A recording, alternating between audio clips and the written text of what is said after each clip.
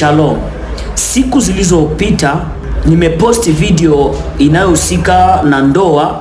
Nimezungumza maswali kuhusu ndoa katika video ambayo naiona hapa. Kuzaa watoto haiyamaanisha ndoa yako inajulikana na Mungu. Maswali uliokuwa nayo, acha nikujibu nayo. Ni kusema kwamba unaweza ukaishi na mwanaume na mwanamke mukazaa watoto, lakini hiyo ndoa yenu haijulikani kwenye madhabahu ya Yesu Kristo. Ni kama gisi tunaita mariage civile. Unaweza ukaishi na mwanaume na mke wako aiza mwanaume wako, lakini ndoa yenu haijulikani muleta, kwa sababu ile ndoa hamyaipeleka musivile juu baisaini ikuwe rekoni.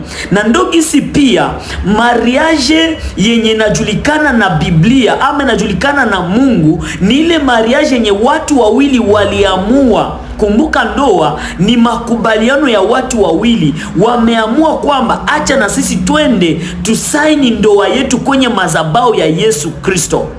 Bwana tusaidie sana. Biblia inatuonesha katika kitabu cha Mathayo sura yake ya 19 mstari wake wa 6, hata wamekuwa si wawili tena, bali amekuwa mwili umoja.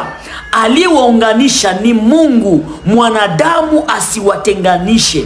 Ina maana mtu anapokuja kwenye madhabahu ya Yesu Kristo, wanapomleta kwenye madhabahu kuja kuunganishwa, hakuna tena vya kuachana, kwa sababu Mungu mwenyewe ameshawaunganisha katika ibada hiyo. Mungu akusaidie unielewe. Asante.